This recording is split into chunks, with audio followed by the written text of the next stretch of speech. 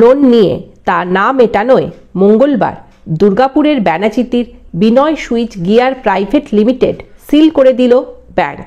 একটি বেসরকারি ব্যাংক থেকে 2017 সালে লোন নিয়েছিল রাহুল বাজাজ, দীপ বাজাজ।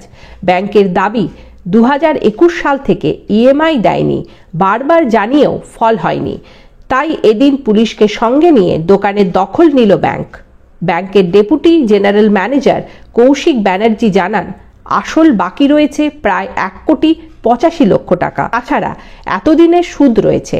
সব মিলিয়ে 2,90,00,000 থেকে প্রায় 3 কোটি টাকা হয়ে যেতে পারে। ফিজিক্যাল পজিশন করলাম, ইন্টারেস্ট আপনাদের যেটা লোন পে করেনি বলে ইএমআই। কতদিন আগে থেকে? 2021-এর এনপিএ। 2021 সাল থেকে দেয়নি। কতদিন আগে নিয়েছিলেন এটা একটু জানাবেন? নিয়েছেটা এক্স্যাক্টলি আমার মনে পড়ছে না, তাও আপনার বলা যাচ্ছে না এইভাবে, মনে করতে পারছি। 2021 সাল থেকে একদমই দেয়নি। 21 সাল থেকে পেমেন্ট হয়নি আর এনপিএ। এর ইন্টারেস্ট এবং টোটাল প্রিন্সিপাল আউটস্ট্যান্ডিং হচ্ছে 1,85,00,000 অ্যাপ্রক্সিমেটলি। এখন আর এর 4 বছর ধরুন হয়ে গেছে, সমস্ত এক্সপেন্সেস, ইন্টারেস্ট, পেনাল ইন্টারেস্ট জুড়ে 2.923 crore আসবে টোটাল আউটস্ট্যান্ডিং। আমরা আজকে ফিজিক্যাল পজিশন করে গেলাম। Now will put this property for sale.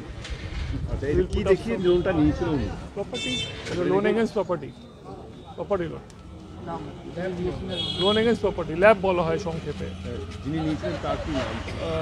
Rahul Bajaj, Deep Bajaj, Vinayak switch গিয়ারের নামে লোনটা ছিল।